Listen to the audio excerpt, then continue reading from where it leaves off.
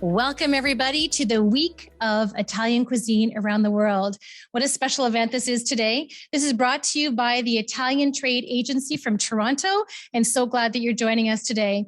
We've got Chef Dario Tomaselli, and we've got Chef Oliver Lee, and I'm Anita Heidema with Olive Your Life. So we're really excited to be showcasing this today. We have recipes for you available online for you to be able to download. Hopefully you're cooking along with us. The questions and answers will be actually given at the end, just so you know. So answer or put any questions that you have in the chat there, and we will answer the questions at the end. So, Chef Lee, what is it you're going to be making today? I'm going to make a very traditional Chinese green onion pancake. It's a very traditional pancake, mainly made in start from northern part of China, but it's very popular in Shanghai. So every time I visit Shanghai, I always go to a special place to get this one. The pancake in Chinese say it's a 葱油饼. Basically, it's oil and a green onion. And today we're gonna make a little bit upgrade, a little bit twist with the beautiful Italian product. Mainly it's the prosciutto and the Parmesan cheese. Oh, this sounds so good. If anyone's seen the picture of it, it is unbelievable. I was thinking of it sort of as a flat type of pancake, but it's really unique. It's really interesting. It's not that flat. This one actually have a yeast. You know, there's other type of the one which is very flat, so it doesn't have a yeast. But this one will have the yeast, and the dough is more fluffy. And if you think a little bit connection with the Italian cuisine, think about the Italian focaccia. So beautiful. Even the way it's different, but very similar to focaccia, I would say. I am so excited to try it. So you are. I have the best job here. So Chef Dario, what are you making today? Well, because my good friend, and this is where we say we are brother from a different mother, is showcasing some of the beautiful product of Italy with the prosciutto and Parmigiano. I am going to be making a risotto with the essence of a little bit of lemon with mortadella, okay, and pistacchi, okay? And it's gonna be finished with a little bit of chestnuts. It's gonna be just delicious. So we're gonna really utilize all the product that are available to us. And I got to admit, I actually did taste this recipe already, and it is unbelievable. Different, for sure. And a lot of people have said, you know, the combination is very different as well. So it is definitely something to try. So now I'm going to introduce our trade commissioner for Toronto, Marco Saldini, to say a few words. Hello, everyone. And it's nice to join you today. I'm sorry that I have to distract you from the cooking, but you know, as you probably know by now, the week of the Italian cuisine in the world is a campaign that was supported by the Italian Ministry of Foreign Affairs and International Cooperation, also together with other ministries, agencies, private and public organizations all over the globe. And its aim, of course, is to promote Italian culinary traditions and authentic Italian products. Now, we do have a theme for 2021, which is Tradition and Perspectives of Italian Cuisine, the awareness and enhanced appreciation of food sustainability, and that combines the food and the products with also an enhanced appreciation of Mediterranean diet, which is supposed to be, and it is, a model of healthy and sustainable diet and lifestyle. So what we do in Canada, as the Italian Trade Agency, we're doing a social media campaign that will run through January 2022. So please be so kind as to follow it on Instagram, Twitter, and LinkedIn. You will find a lot of content, a lot of inspiration, including the session, of course. And we also opened a Week of Italian Cuisine in Canada LinkedIn webpage, which will be updated with the following editions in the next few years. In Montreal, we sponsored promotional videos done by the Institut de Tourisme et d'Hôtellerie du Québec, also known as ITHQ. And they will be on in November and December. So there will be short and long videos presented by Chef Pasquale Bari about Italian products in French and in English with English subtitles. In Toronto, we organized this masterclass and another one on olive oil. The other one was led by the professional international taster Phil Bucchino.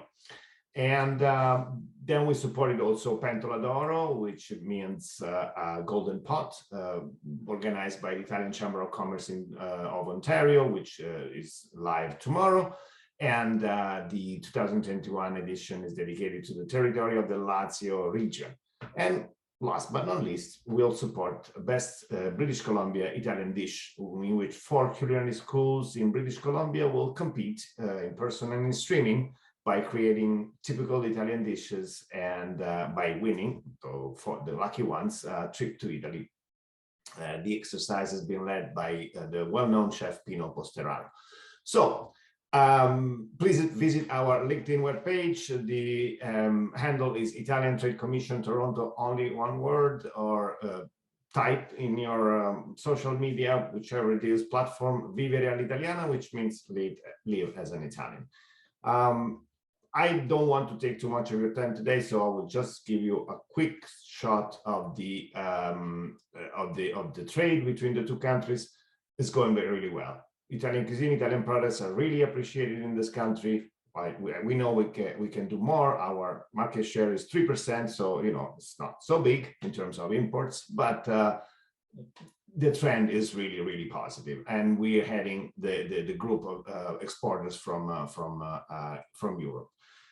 Last words, let me explain how we got to fusion cuisine from the Mediterranean diet, because somebody might say, oh, well, this is not kosher, but it is. We do believe it is. And let me explain to you briefly why. So we think that Italy is going back to the multicultural country that it was in the past. And in this sense, I mean, it's very close to Canada, because also Canada is even more multicultural. So Italian culinary traditions are the product of inherited inputs from the Greek, from the Arabs, from French, Spanish, German. Now it's the turn of the East and the South of the planet. Also in Italy, there is a multitude of people coming in. So similarly, when we talk nowadays about fusion cuisine, our favorite authentic Italian ingredients come to mind, combined in a new and creative medley of diverse flavors that will result today and in the future, I hope also in your kitchens, in a multicultural variety of recipes. So I'm really confident that today's Fusion Cuisine Masterclass that I'm eager to watch with you will show us that when 2 or more gastronomies come together, they can give birth to creative and delicious creations. Thanks to all, to the staff, to the chefs, and enjoy.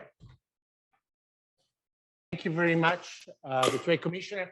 Well, we are really excited. This is an opportunity to actually showcase what is Italian cuisine, Italian product, but making understand how versatile our product in Italy are with different culture. We live in a community here in North America and in Canada where we have an opportunity to have the potpourri of different culture.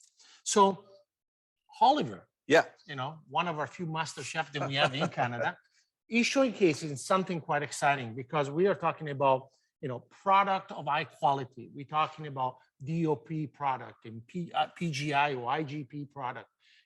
Denomination of origin protected. What does it mean?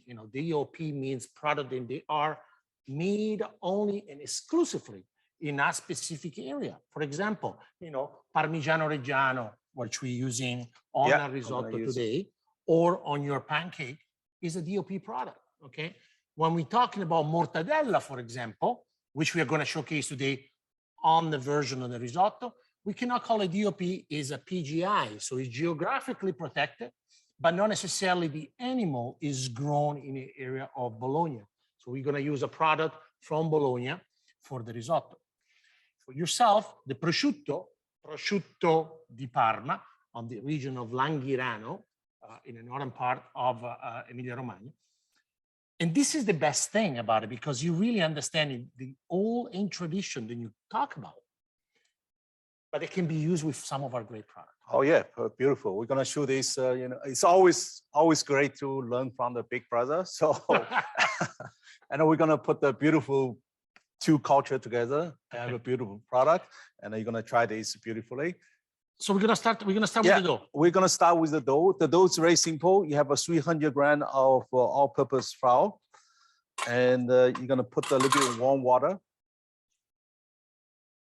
And it's so elastic. It's amazing, because this is a dough that is very elastic, right? That's right, yeah. And put a little bit of yeast. I'm gonna put this in the back and just get this going, get the yeast going. It's an instant yeast, so it won't take long. So this is very traditional way of doing. And then, you know, here's the thing, everybody thinks about pancakes, okay? We think about our own traditional pancakes. This is quite an interesting pancake because it's a dough made almost like a stretch, right. okay? And then it's built right in with all these beautiful flavors in it. Right, but like I said, you have two different type of green onion pancake. One is with yeast, like the one I'm doing now, but there's another one which is has no yeast, which is a flat. Okay. So both one works very well. And then I'm gonna just incorporate the flour together. I have a beautiful bench from a brown company, Cuisine. I use this all the time, and a little bit of salt. Oh, look at that! Here we go. Yeah. So good product that we can use and really be versatile and really understanding how can we incorporate these ingredients. You know, also I think what it works really well here with this type of pancake is the fat we got from the prosciutto and the Parmigiano that really does help. Oh yeah, flavoring a little bit more the green onions pancake. The green onion, the cheese, the olive oil, all these will come beautiful together, mixing the dough. So that's right. So we have three products that we are using here. Basically, we're going to use the olive oil. Okay. Right. We're going to use the Parmigiano Reggiano, which again is a DOP product. Okay. Parmigiano Reggiano can only made in the area of the Parma region from the consortium. Remember, Parmigiano is almost this for sure this unique product that is made with two different types of milk. From the area of Parma is the milk from the night before and the milk from the first thing in the morning. And imagine how neutral this product is, okay? And it's just purposely made from the area and the consortium of the Parma. So just to save some time, I will not stop kneading the dough now. We're gonna use a little bit TV magic. So basically, you're gonna rest this about 10 minutes, and then you're gonna knead this until smooth and elastic. But everybody, I guess it's very straightforward dough. But I have a dough pre-prepared beforehand. I'm gonna load this out very quickly. Okay, so it's amazing when you know the TV action that we are able to do it. Again, you know, a dough that is very stretchy, super simple to do it, simple ingredients that we are using. But the versatility of the cuisine. We have ingredients like that and we use in Italy also. But again, it's an opportunity to really showcase them. So you got your dough over here. I got my dough there, and we kind of draw the line beforehand. But this for Dario, this for me. I'm gonna take a little bit of space here now. Okay? You're gonna take a little bit. Now he's taking too much space now. Right, okay? right. But look how beautiful this dough is. It's just so elastic, okay? Easy to work and stretchy, okay? So actually really helps with the ingredients we are putting in. Right. So I'm gonna dust a little bit of flour. If you don't mind, I'm gonna you can use some of my I'm gonna use some of your space. I'm gonna leave this on the side. So look at this. I have a beautiful scoop on the flour dust. I'm gonna put this down, and I have this dough really, really nice ready. Who would ever thought about pancakes like this? Yeah, I mean, like I said, this is so it's a beautiful dough. It's ready to go. So I can just kind of spread this out. Look how stretchy and elastic it is. Oh yeah, beautiful, beautiful, beautiful dough. So and how long we normally need it to rest? About 45 minutes to 1 hour. So the best way to do it is also, could you make it, for example, the day before and allow to rest it overnight? If you rest in the overnight, you probably will need to put this in the fridge. Exactly. So you rest it overnight in the fridge, and it gives you probably a little bit more elasticity, a little bit more flexibility into your dough. That's correct. So you're gonna load this out in the long rectangular. That's beautiful. Yeah, you can see how easy these doughs come out beautifully. Yeah. Okay. And then now it's the key ingredient. So got some beautiful olive oil, right? It's about 45 mil, but beautiful olive oil, it's never wrong. No, olive oil, we need a good quality. So here we have a beautiful olive oil. Then it's really what is the olive oil does. And we also have to really be careful how you utilize the olive oil. So when we're talking about olive oil, we're talking about an extra virgin olive oil, then we want to finish. And the consumption and the confusion sometimes with people is, well, what does it mean having a good quality olive oil? Yeah. Well, a good quality olive oil is an oil that you want to utilize just to finish. You want the freshness, you want the nuttiness of that olive oil. Yeah. And from region to region in Italy is different, right? I'm gonna steal Dario some Parmesan cheese. Just add a little bit more cheese. No, everybody will love some cheese. Okay. Beautiful. Yeah. And then I'm gonna bring this back. Sorry, it's kind of move forward. Here we go. We're gonna move around here. So Yeah. Oliver, and now we're gonna show a little bit of the Chinese technique here. A little bit of a knife skill. Yeah, a little bit, not too much. Just kind of speed up a little bit. That's a little freshness that you got in. Yeah, you know, obviously, if you're in Italy, probably you could use some tropea onions, Right. okay, from the coast of Calabria. Right now here, we want to keep a little bit of the tradition of the Chinese culture using the green onions. Yeah. But I think it's the mixing of all the ingredients. I mean, I have tried the traditional pancake, okay, which is delicious, okay, but this one is just really working well with the Parmigiano and the prosciutto. Right. And obviously you can chop the green onion beforehand, but I like the green onion chop kind of last minute. So Because you want to keep the freshness. keep it in the freshness. Yep. And then Oh, here we go. that's So- the beautiful Prosciutto di Parma. prosciutto di Parma. Yeah, I have to learn a little bit, have a little bit Italian accent. No? He's speaking the perfect Italian. You know, we've been trying to be speaking Italian together. I'm learning Chinese, but I think you're doing better with the Italian than I do with the Chinese. That's for sure. Yeah. So how great to really share the two culture. You know, food, we always say it's connection. Food gives you an opportunity to really interact with different culture. And sometimes it's one product that really can actually connect the two cultures together. Right now, the most older, the most traditional dish of China, right? Of Shanghai, then it's married perfectly, okay, for food lovers to have our great products, you know, prosciutto di Parma, Parmigiano Reggiano, olio extravergine d'oliva, okay? And that's important. Now, we're not gonna put too many flavors together because the uniqueness of the product is what really needs to amplify. That's the same thing that we are going to do after when I'm going to present my dish with the risotto. We're going to go back to something more traditional that maybe Italian have more knowledge on it, but we're going to use a different type of elements, and they're going to work perfectly together.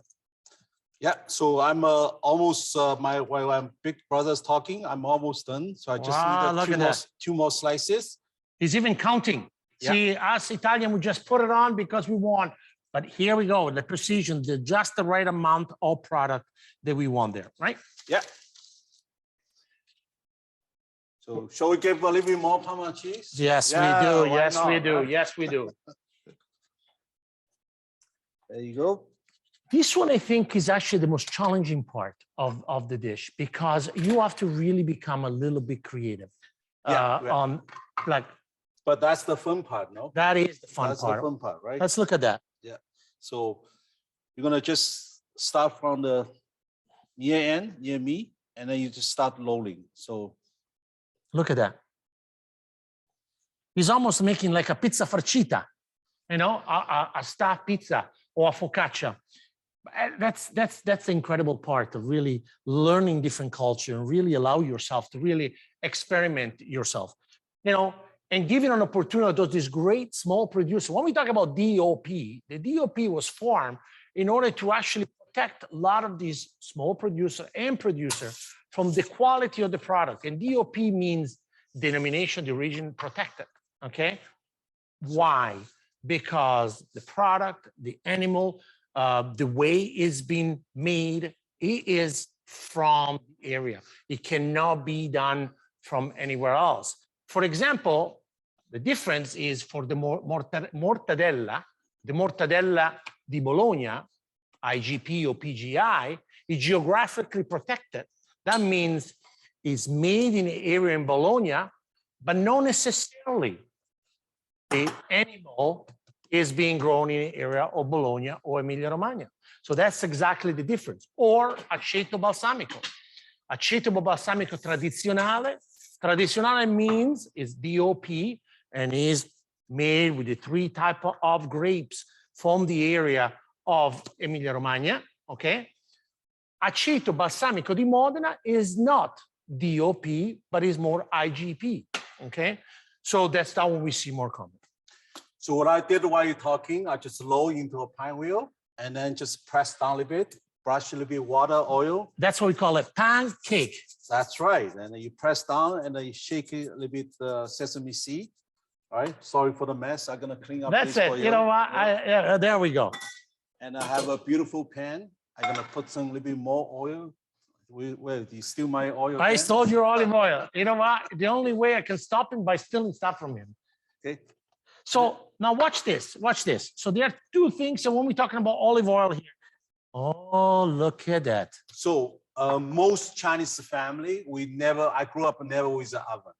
So you always use a pan. So I put this a beautiful Cuisine Pro non-stick pan.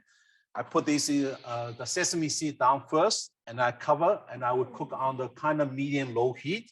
6 minutes one side, it's golden brown, and I flip over another 6 minutes, it's done. Once you cover, it's kind of combi cooking. So it's like an oven, steam, pan fry, all at the same time. Imagine what we learned so much. You know, sometimes we always think, we need an oven and anything. It's done like that. So it's your turn now. It's my turn. I guess it's my turn while we are waiting for Oliver. Yeah, okay. I'm gonna clean this up for you. Okay, so why Oliver is kind enough to clean maybe his mess? Yeah. We're gonna talk a little bit about risotto. So risotto is a very traditional and sometimes can be a little bit scary when we're talking about the product. Okay, so we're using a specific rice called carnaroli. Okay, carnaroli. We can use vialone nano, okay, which is a little bit smaller of a grain. People use arborio because it's the more common one. But when we're looking for a big quality risotto, we're looking on the temperature, we're looking on consistency, and we're looking on texture, okay? One of the notes that I want to tell you that is very interesting, when we're looking at risotto, we say from the north to the south of Italy, there is a difference between the texture of the pasta and the texture of the risotto. Example, in the northern part of Italy, you will see probably a little bit more of the fresh pasta, okay? Is pasta fresca al dente? No, it's not, okay? Pasta secca, the drier pasta, then you will see it, then it is al dente. But when we say the pasta in the southern part of Italy, it's a little bit more al dente. Risotto in the northern part of Italy is a little bit more harder. Vice versa, when you go to the south, you have risotto that maybe is a little bit more cooked, okay? And is more Mediterranean with olive oil instead of butter, tomato instead maybe of Parmigiano, okay? And maybe seafood or anything is on the coast. So really respecting the territory, we call it, the terroir. So we want to really be responsible. What are we doing here today? We are actually using a product like mortadella. Again, mortadella from the area of Bologna in Emilia-Romagna. Parmigiano Reggiano from the area, again, of Emilia-Romagna. And we are using I pistacchi di Bronte, which is in the southern part of Italy, okay? So simplicity is what makes Italian cuisine. But simplicity is made because the product. You know, I often say to people, a farmer, a producer, spend 9 months to a year to create this phenomenal product. As chef, we have a big responsibility to make sure that this product is well taken care of. You know what? I totally agree. Most time, you know, when you have a big name chef like a Chef Dario Tomaselli, they take all the credit about the beautiful food, but they forgot where you get all these food. And the farmers put so much work, so much love for what they do, and they provide you with a beautiful product, and then you take all the credit. They right? take all the credit, and that's what I mean. We have to really respect it. So let's talk about this product. So the risotto is an important part. So we're going to talk about the equipment also. We want to make sure that we have a pot that is fairly wide, okay, and it's fairly thick on the bottom. We're going to use an induction oven, so we have a little bit more flexibility to use it. Product, you know, I often say to people, product is key. Product makes the difference of everything. Okay, so what we're using today is a mortadella PGI. Okay, from Bologna. Again, we talk about PGI. What does it mean? It means then the product is made on the area of Bologna, but the animal could have been grown maybe somewhere else. To make this mousse is super simple, super simple. So the product we have obviously mortadella, and you can smell it. Okay, and there is a difference between the mortadella di Bologna and the mortadella San Daniele. The mortadella San Daniele, which is a little bit more in the northern part of Italy, it's a little sweeter. Okay, this one is a little more spicy, I would say. Okay, so what we're gonna do, we're gonna mix this one with a little bit of 35% cream, some fresh ricotta. Okay, and we're gonna mix them together. What we're gonna do, we're gonna make what is called a mousse. Okay, so we cube this one, we had the cream, we had the ricotta, and we just gonna emulsify. That's the first part. So again, because we have TV action here, I'm gonna show you quickly how does it look. Okay. Yeah, we made this beforehand with just come out so happy, and he always say, you know, we learn each other, we learn from each other, and it's one of the best one we made so far. Oh my goodness gracious, yes. So what happened here? So it's only the first step. So we have this beautiful mousse made from the mortadella, okay? And it's not to be fairly spreadable. The one thing I'm gonna need right now, okay, is a little bit of the zest. So this is the beautiful equipment. Yeah, beautiful. Yeah, just. Thank you very much. Oh, you're welcome. So here we go. We got a little bit of citrus. So the citrus, what it does, it helps a little bit of the fatness. Okay. Then we're gonna need a little bit of nutmeg, and the nutmeg, it just gives you a little bit of that spiciness.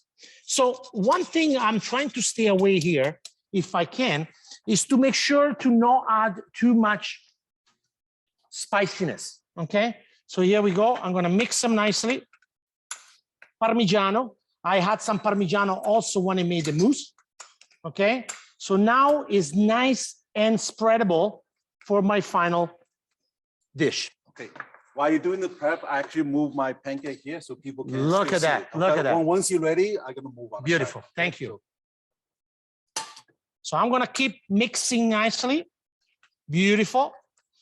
Now, the last thing I want to add here is the pistachio. The pistachio we're going to add into consistency. I want to feel a little bit of the crunchiness. In the mortadella, we also see sometimes a little bit pistachio. So I'm going to put a little bit into my mousse and a little bit more at the end of it when the dish is finished. Again, here we go. Perfect. Wow. This is Beautiful. I think so. Yeah. I think we've done a good job for now. But that's the easiest part. Okay. So now we're going to go as soon as Oliver is showcasing us. No, you know what? I just want to show that you cover, and actually it's cooking. And normally, I mean, this is a beautiful set of stove, but you just kind of turn around once in a while, just make sure it's even cooking. But be patient, low heat. You don't want to burn this right at the beginning. And also the bread, the cake, again, the pancake is kind of thick. So you want to give it enough time to cook. So which is important, I'm going to leave the space for you now. So and this is the important part. This is the important part when we're talking about using product, okay?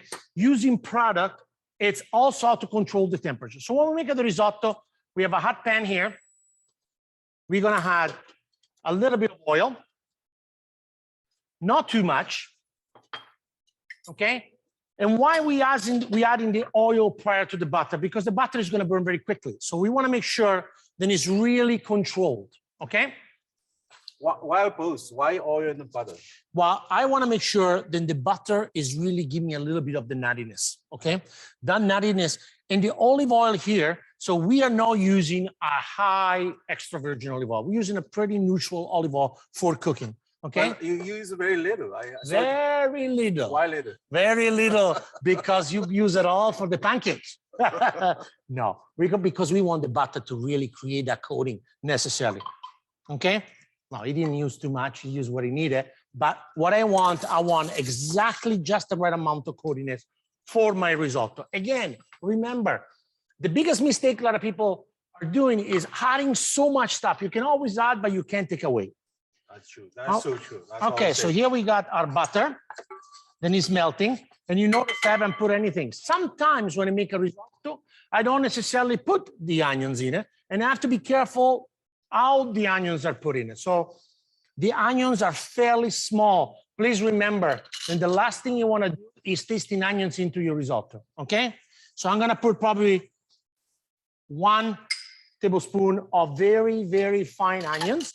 And now we are gonna toast it. Is there a region from different region? The risotto cook slightly different? Or? Well, exactly. That's a very good question. So when we talk about the northern part of Italy, you know, when you look, for example, in Milano, where I'm from, risotto obviously is a little more heavy, you know, Parmigiano, buttery. If you go in the southern part of Italy, for example, Naples, or if you go down to Sicily, you will see maybe less Parmigiano, more product. They are more derivated from the region, and good olive oils to finish it. Yeah. So that fatness from the butter is not necessarily used. It's a high quality olive oil, then give you the emulsification, which we call the mantecatura. Okay, so I'm gonna put it up a bit. Yeah, you want to up there. Perfect. Yeah. But so, most of the rice is from northern part of it. Most of the rice is from the region of Lombardia and Piemonte, where you get it from Vercellese or Pavia, where you can actually get the rice. Again, it's humidity, and that's what you see. So here we go. So what we're looking for the risotto here, we want to make sure the onions are not burning. Okay, so we call it imbiondire, to becomes a little translucent. We're gonna add the rice. I'm gonna. Whoa! Look at that. Flip this, so get a nice color. So I will not cook more than this color on one side, and I'm gonna turn the heat to low and just further cook, make sure it's cooked. Okay. So. Look at him. Okay, he's cooking with gas as usual, and I'm talking. Okay, so here we go. So you talk too much. I'm almost done. I know. So how we know then the rice is properly toasted? So la tostatura we call it. Well, there are very different ways to find out about when the rice is perfectly toasted. Once you smell it, remember we're using a rind and it's got a fatter grain like a carnaroli. So you're actually smelling the nuttiness of the grains. The second thing is by feeling it. And what I mean by feeling it, you feel it with the back of your hand. When you feel the heat in your hand, the risotto is ready. The starches are being released. This is, I would say, is the most important step when we're making a risotto. The other thing is by seeing it. So you see the green start turning a little bit opaque, but no color. We do not want any color. We don't want any scorching happening to this risotto. Again, you notice the risotto is spreading nicely. You want to make sure the rice is perfectly spread. Okay? We don't want to pile them all up. We don't want to put 10 kilo rice in a small pot like this. Oh, timer. Timer, yeah. Well, I already flipped. So he's already flipped it. Look at him. Yeah, it's already good. So. Okay, so we are looking here and we are feeling it, and it's getting all there. So if you're not sure about this one, you just grab it with your hand and you hold it. And I can feel it now that it's getting hot, burning my hands. So what I'm doing right now is the deglazing part. Just make sure this is not the best part to use this product. No? You have a beautiful. I know. I like. So watch this. Watch this. This is now when we are going to realize the importance of the risotto. You know, a lot of people have the mistake of adding creams or anything like that. That's it. That's it. Oh, that's it. I just want to show you. Watch this. If you're looking at the bottom here, you're going to see the starches of the rice are going to be released. And right now, if we did toast the rice properly, the creaminess of the risotto is being created. Now it's about evaporating that wine, evaporating all the alcohol out, okay? Because there is that acidity necessarily for this risotto.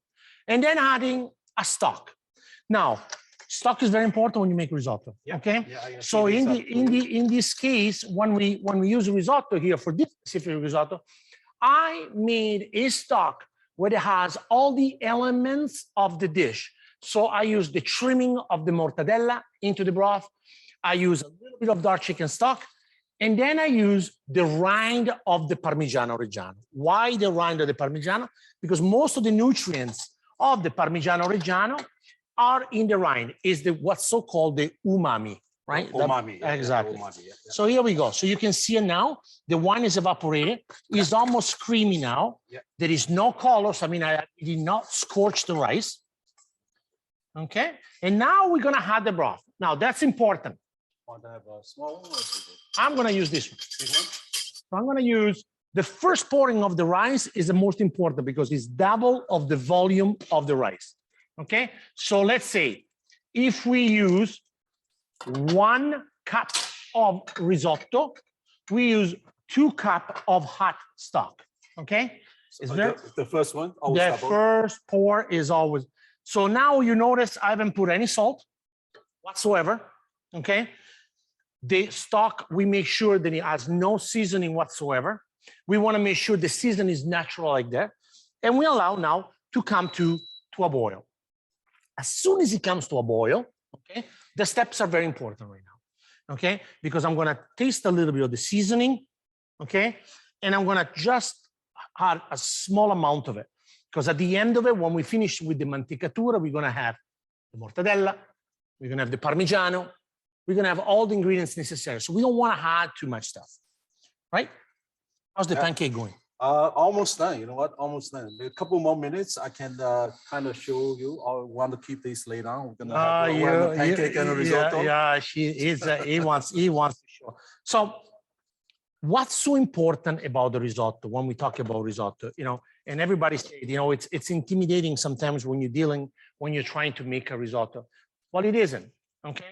The thing is, you want to make sure it's patience, quality of the product. You know, we often say to people is quality, not necessarily quantity.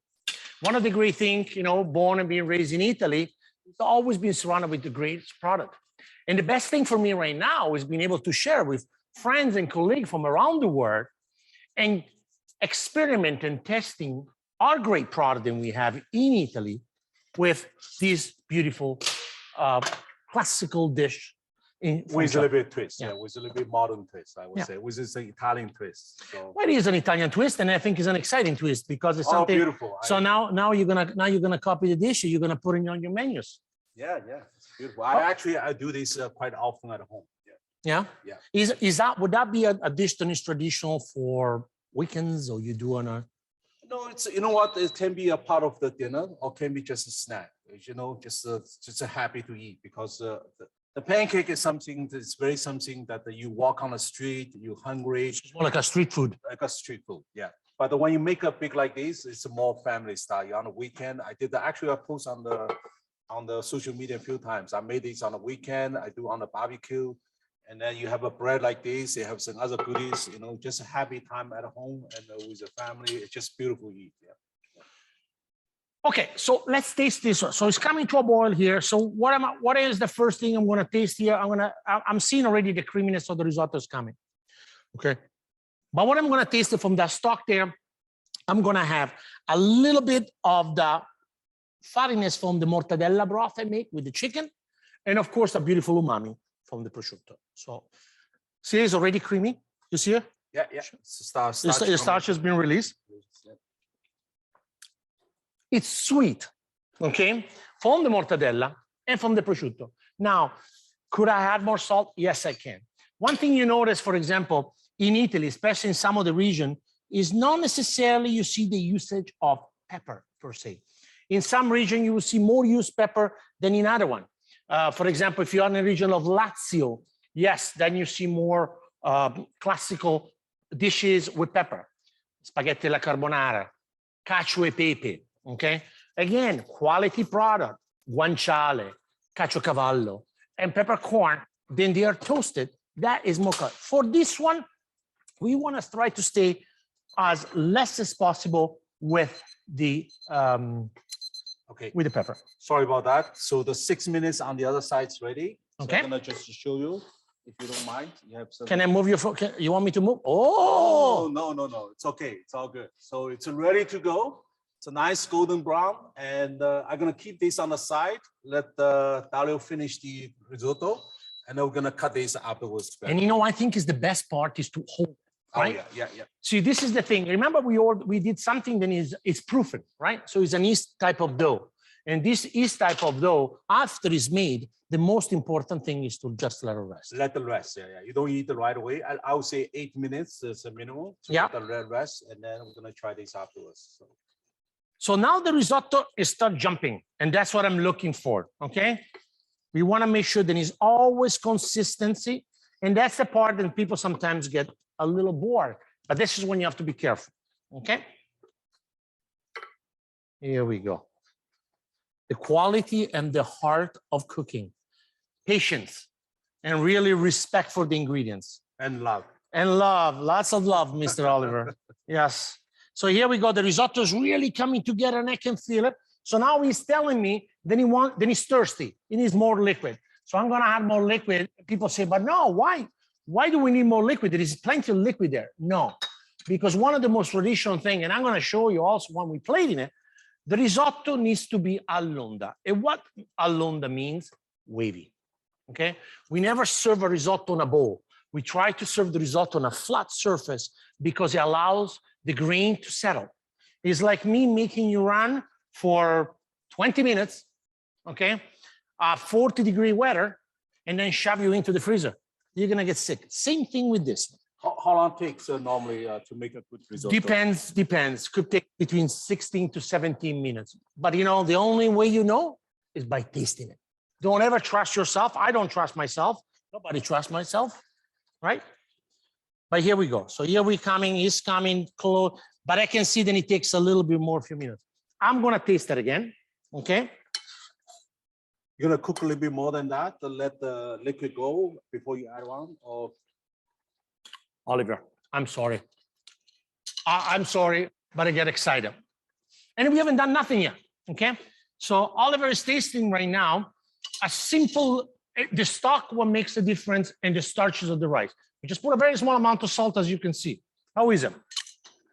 Beautiful, like old time. Huh? Like the old times, exactly.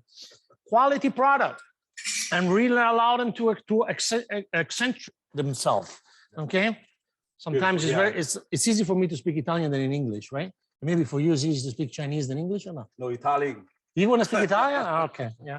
No, very tasty. The umami come out beautiful. And that's a Parmigiano. And that's a Parmigiano. The respect of the product, when we're looking at the respect of the product, okay? Parmigiano Reggiano, a most traditional, most unique product, then he has just been natural, is milk, salt, rennet. That's it, okay? But the passion of those handcraft, then is so unique, then is all over the world, then it's been spread from Italy all the way to China. Oh, yeah. Okay, so that's the beauty. So I can see now my rice is really start turning up, and you will notice something different than I'm gonna do with the risotto. Can I tell you a small story? Tell me. When you're talking about Italian food, the first expensive dinner I had with my wife, Jenny, is actually one of the very famous Italian restaurant, still from the old China. It's called Swan Pavilion. Swan Pavilion, very Italian. Yeah, it's very Italian. And the dinner cost me, at that time, I happened to be work at the Hilton Shanghai. My salary is average about 10 times the regular work outside. But that dinner cost me the entire month's salary. But you will never forget you have the wife now for many years. That's right. But most important, Jenny never forgot that dinner. So that's the most. So she would remember Imagine that. Memory. Yeah. Food is memory. Food is what it is. It creates a moment, the happiness, the memory, all this happy moment. So beautiful. Sorry to No, you don't, because this is brings me back to the next segment. It's about the respect of the producer. This goes from generation to generation. Prosciutto, Parmigiano, mortadella. They are products that they're being built from generation to generation. They're being transmitted from generation to generation. I'm gonna tell you a story. Yeah. Parmigiano Reggiano, the cheese maker for Parmigiano Reggiano, works 365 days. He's not allowed to take a day off. It's pure pride. He has to be there every day. And he's hoping when he's retired, then one of his family members is going to take over. Otherwise, we're in trouble. Okay? He's going to have to get somebody. So I'm getting there. So I'm going to add a small amount of stock now. Okay? I'm not gonna add as much as I had before because I can see it. Again, I'm looking from experience here, but I can see the starches on release. The grains are opening up slightly, okay? But again, I'm not. It looks beautiful, yeah. Yeah, Nice. but you see it's unique. Yeah. The grains have plenty of space to learn. Now, again, I don't trust myself. Doesn't matter how many times I've done. The only way I can taste is by tasting taste. it. Yeah. So Taste, we taste. Yep. That's the only way. So if you are traditionally from Milano, for example, and you're making a simple risotto alla milanese, this one, it's there. Beautiful. I'm gonna leave another 1 minute, so I'm gonna allow this one to go for a little bit longer. I'm gonna remove this one, Chef Lee. Yeah, thank you. And I'm gonna start thinking about my exit strategy. So what I have here, I have some beautiful chestnut honey, okay? For a little bit of sweetness. I got a little bit of chestnuts. I got some lemon juice. And I'm gonna ask Chef Lee to crack me these eggs. And we're gonna just use the yolk. And this is gonna be a very, just a yolk for here, Chef. Just the yolk? Just the yolk. Now I'm gonna ask you a question. Yeah. So some people say you crack the egg should be on the flat. Some people use the edge. What's your take? But you know what? To me, it's always do it like that. That edge, yeah. I try both. I still used to this way, but some people say it's supposed to be on the flat surface. So I'm gonna try this. You If I do that. break- You do that. If it breaks, it's your fault. That's okay. So we'll be fine. Yeah. But one of the most important thing about that, we will just want the yolk. You want to keep the yolk on the side here. Thank you. Good. Yeah, perfect. I surviving. You are surviving. He's done it. So why is important? Why is important to always, no matter when you do an egg, you want to make sure that it's cracked on the side. You want to check that there is no blood, there is no stuff that is being gone on it, and you want to make sure that everything is absolutely perfect. Okay. So here we go. We're gonna plug back in. We got a little bit unplugged here, but we're gonna plug back in. We're again. gonna fix this. Oh, there we go. Yeah. It's all good now. Oh, we are cooking again.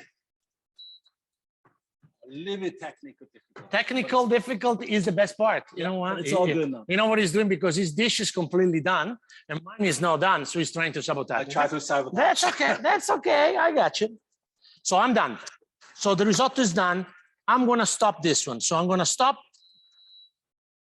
Pay attention, because this is the most fundamental part. We're gonna keep the risotto, the plates over here, Oliver, and watch this. I'm gonna move this one. Maybe I'm gonna unplug, maybe take this one away. I'm gonna put it right here. We're gonna move the thing underneath. Yeah, you done with No, that? I don't need no more. Okay. Watch this. Opa. Okay. So watch this. Let's unplug this. Unplug this one. Watch the risotto over here. So the risotto is nice and creamy. Okay. So what we're gonna add a little bit of butter, okay? Little bit of butter. We're gonna mix that butter. Now I'm gonna look the consistency here. Oh, beautiful. Is it nice? What do you think? Nice creamy. You think we done a good job? I would give you 98 kind of something. 98. Oh, okay. Well, this is.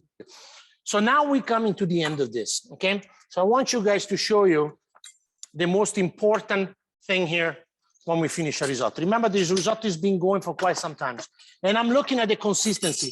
It's called the mantecatura, the creaminess that we are looking for the risotto. So we're gonna add some Parmigiano Reggiano. Okay. We're gonna grate it. Okay. I like to grate my Parmigiano at the last minute. And again, we don't want to put too much. Okay. Oh, yes. But when you serve pasta, you want to serve mountains of Parmigiano? No. This is the problem. A lot of people say, they said, I need a lot of Parmigiano for my. No, you don't. You just need the right amount of cheese. Yeah. So right now, watch what we're going to do. I'm letting it cool down. I'm going to add a touch of lemon juice. I'm going to add the lemon juice really. Look at that. Look how creamy it is. Beautiful, yeah. Nice creamy. Nice and creamy like that. Yeah.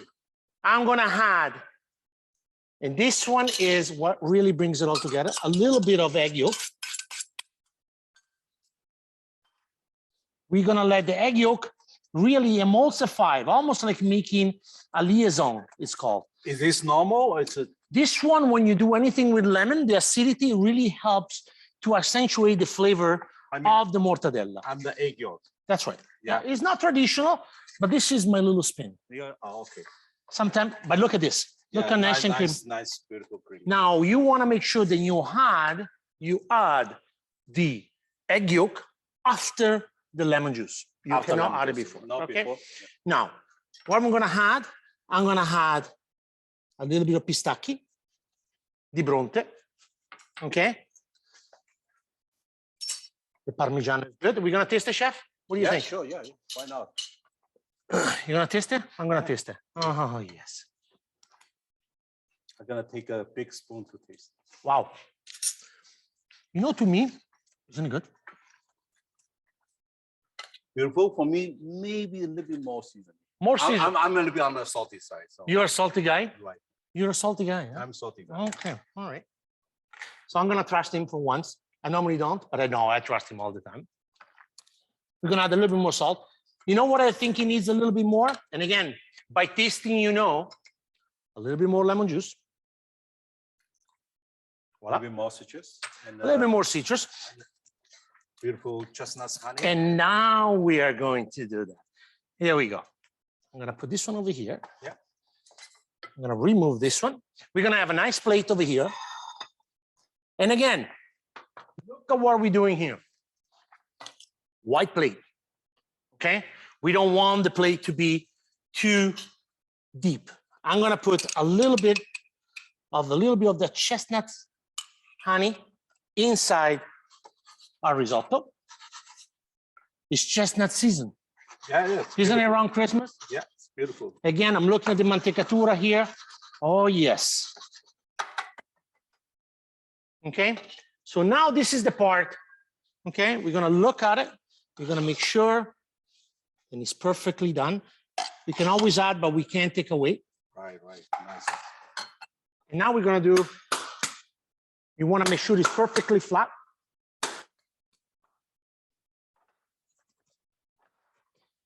And if you look at it right now, sorry, Oliver. Yeah. You can see that every single grain of the risotto, they are swimming perfectly in the right spot. They're not overdone, okay? So now what I have, I do what I normally do. you're gonna take a picture? Sure. Take a picture, okay? Without you, just the risotto. Just the risotto is most important. So what I'm going to do, I'm gonna use a little bit of this beautiful mousse of mortadella. You can put it just like that. Again, we use a little 2 spoons with a little bit of warm water.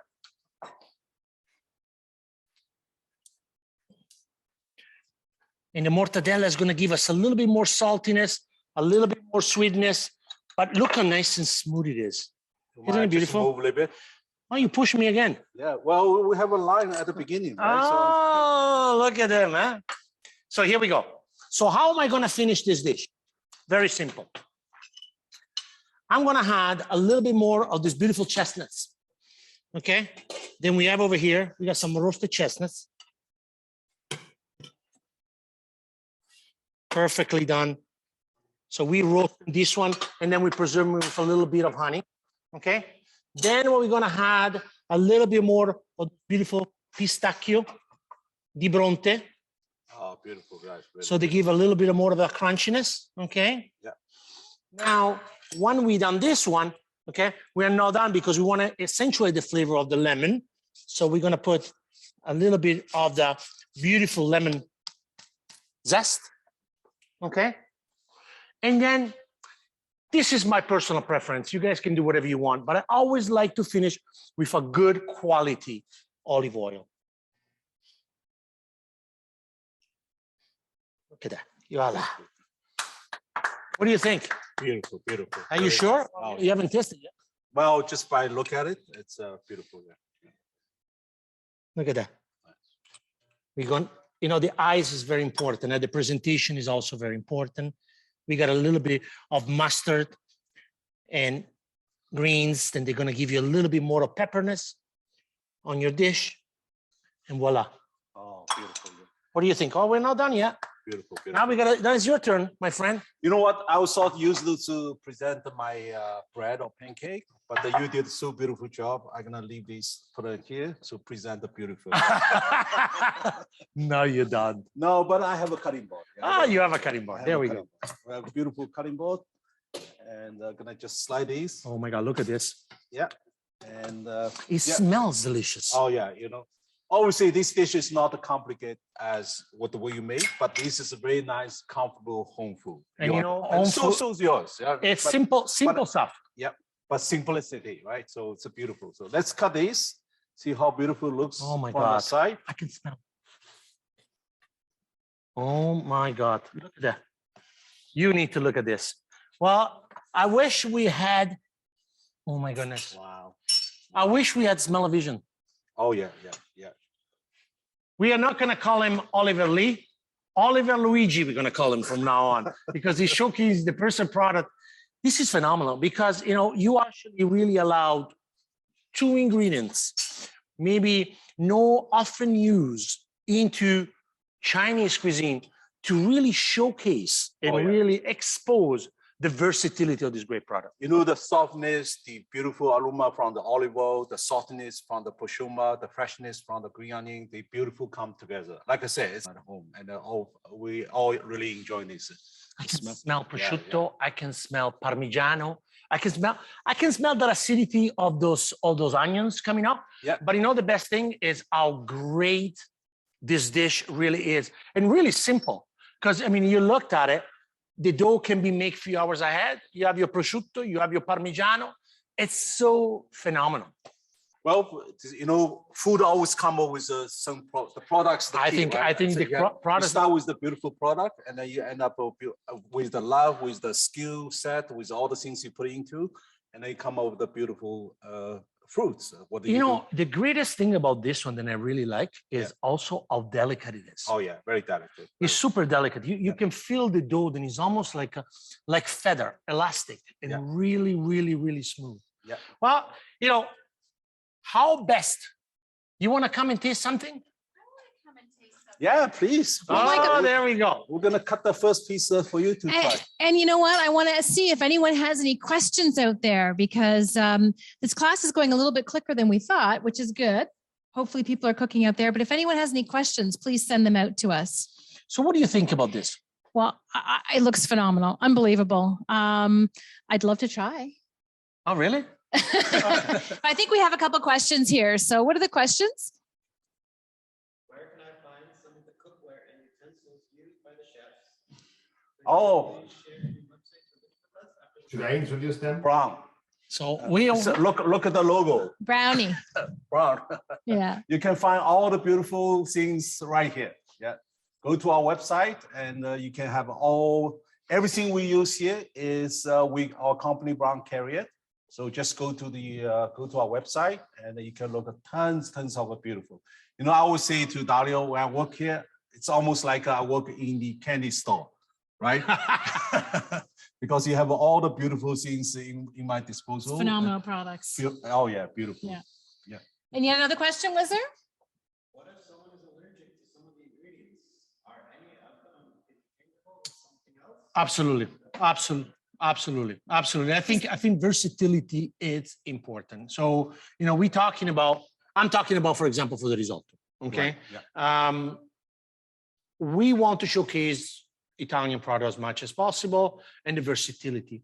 This could be a strictly vegetarian dish. You know, if anybody said, you know, I really don't want mortadella, I don't want any animal product or anything like that, this can simply done with a vegetable stock.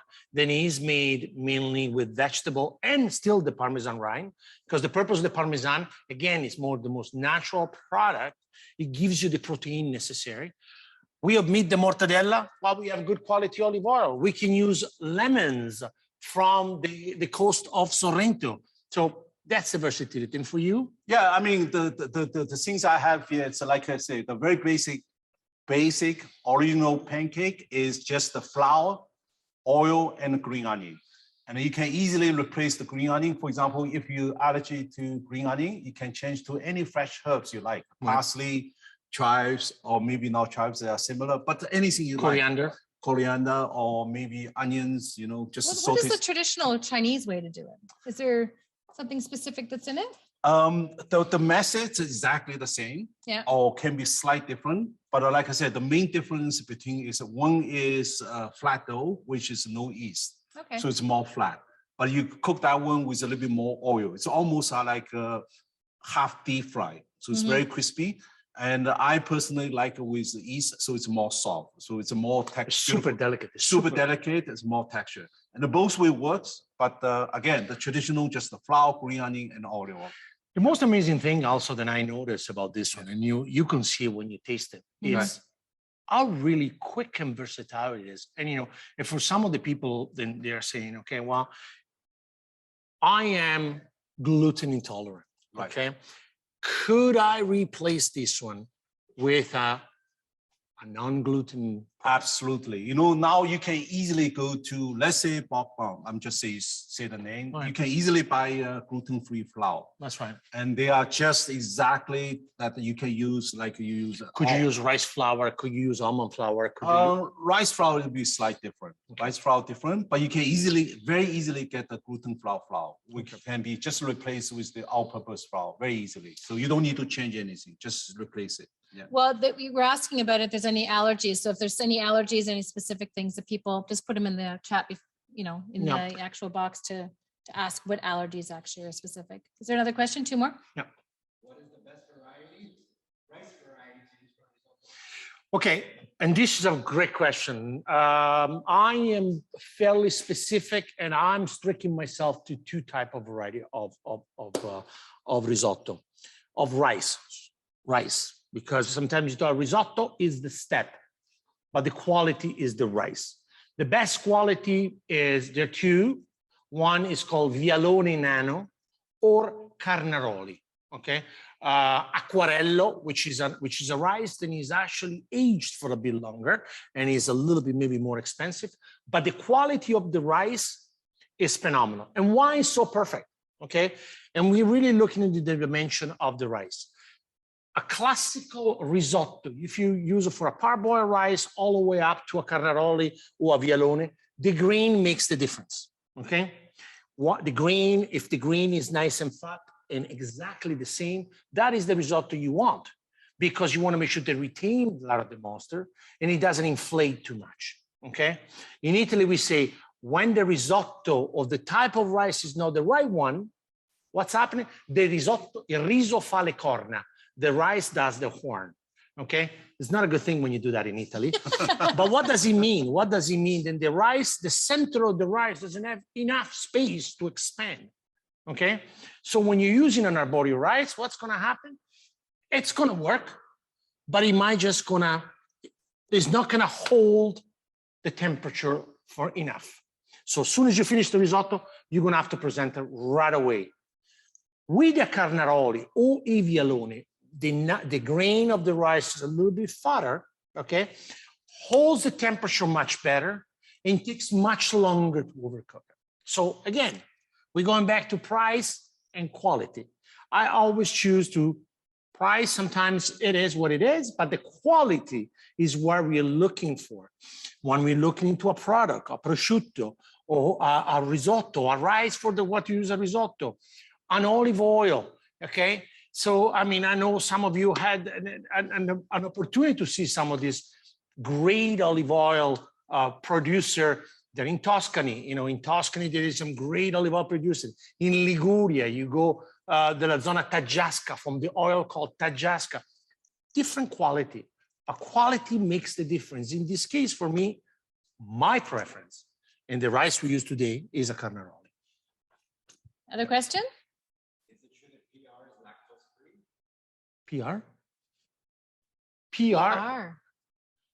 I don't know what PR is. Yeah, what's PR? Maybe if someone can clarify what that is, what PR means. Public relation? I don't know. The next question? Yes. They are. All the recipe, everything's. Everything is actually in the email. The recipes are all in there. You would actually see when you registered, you would go in and you'd see the link actually in the description of the email there, and then you'll be able to get all the information there. Well, there is so many things that we want to be thankful about it. And one of the things I think personally for myself, that we want to be thankful is we're talking about product here, we're talking about quality, and we're talking about how two countries in this case came together with a product. And again, we talk about food is connection. And I'm honored to actually share in this moment with Oliver. It's a great friend, it's a person that I admire for his talent and his creativity, but also a person that really understands the quality of the product and how can we make it versatile and share it to all the different types of community. That shows you the versatility of a product, the quality of the product, then it can be shared anywhere. No, I really appreciate your kind word. You know what? It's been a while. We used to, every week, we see how many times a week? We see each other often, now we don't see each other. I gotta come and see him. Yeah, no, tonight. But I also want to take the opportunity to say thank you to the Brown, my current company I work for, very lucky and very supportive that we do what we like to do. And you know what? You have a beautiful tools, all these. It's the key for you, beautiful, when you work. Like I said, I feel so fortunate because everything kind of in my disposal and a beautiful quality product, tools that you can work with. That's important. Tools. It's just like the food product, right? You have a beautiful food product, same with the tool. When you have all these beautiful things come together, make your life so much easier. So I want to thank you all everybody, the Brown team, the top management for the opportunity, and thank you so much. It's been a while. We're nice getting together. It's very nice. Well, we really want to thank the Italian Trade Agency for making this possible. Yeah. When we used to work with the Italian event quite often. We've done a lot of events. I want to thank you for the opportunity as well. So sorry to jump in. The trade agency, the new Italian Trade Commissioner, which we are really honored and privileged to be here. Our old long friend Piero Titone. Then Piero, to me, is the main icon of what is product brought into North America. Thank you, Piero. Thanks to all the team. Thank you. Of the Italian Trade Agency, pride and of our product, and they giving us the opportunity to really share something really special between two different cultures. Yeah. I think they're lucky. Yeah, we are for sure. So is there any other questions that have come out at all? No, I think we're good. So thank you so much for joining us today. Really appreciate it. Do you want to taste it? I do, but I didn't really want to step in and no, she's all gonna this beautiful chemistry between the two of you guys. No. We gotta taste it because now that aside from the product, now is the competition, right? So do I get to judge? Yeah, no comment. You can. Tell Dario later, okay? Yeah. That he lost, okay? So I want to show you something. Okay, so Oliver, I'm going to just push this one down quickly. No, feel free to, I want to show you one thing that is more important, and why before we go away, the importance of why the risotto is like that. There is an old saying why the risotto is in a flat plate. Because when it comes to your plate, it's hot. Okay, so we always say we work the risotto from the outside in. So all the grain remain nice, the texture remains the same, and it's not too hot. How are you going to do that when you've got the mortadella drops in there? Do you have to mix it in? And then you have Anita that likes to have everything. Oh, thank you, my dear. So I take a little bit down the side. You do whatever you do whatever you want. So what are you tasting here? You want to have the freshness of the mortadella, the acidity of the lemon, the chestnuts that are in season right now. Is it nice? That is unbelievable. So I won? Haven't tried his yet. But it has that fresh kind of a zest to it, right? So that's acidity. That's you know the secret. Always leave the best to last. You two are too funny. I know this is going to be delicious. Go for it. Okay. Go for it. You know what? Just I'm going to take this piece. Yeah, just take it. There we go. Look at that design on it's that. Phenomenal. It's honestly quite of an art. Oh my gosh. You don't have to say. Okay, all right. I got it. I take it. This is what I think everyone needs to try it, and they have to be the judge. This is what it's all about. Unbelievable. Both of them. Unbelievable. Great. Well, I hope you guys start cooking. or if you are passionate about cooking, really start making some of these recipes. They're not too complicated. As you can see, even Oliver, as you were saying to us, you can actually do it on a stovetop. You don't need an oven to do it. No, well, I didn't use oven at all. You really can do this at home on stovetop, and the ingredients are so simple and very easy to get and very simple to make. So please do at home. And whenever you have questions, reach to us. So we're more than happy to answer any question you may have. Thank you. So all the recipes are online. Yeah. Did you want to say something else? I want him to speak a little Italian with me. Oh, I learned, yeah. Besides. Yeah. Grazie. There we go. prego, prego. Prego, prego. So thank you so much for joining us today. Really appreciate. Thank you to ITA, to Marco Saladini. Grazie, signor Saladini. Grazie mille. And an Italian product. So thank you for joining us. The recipes, like I said, are in the email. You'll be able to click them. You can change the serving sizes. You can change from metric to imperial. It's very easy to follow, and really appreciate you joining us today. Grazie. Thank you to Brownie. Thank you to everybody. Thanks very much. Happy Arrivederci. Italian Week Thank of you. Cuisine.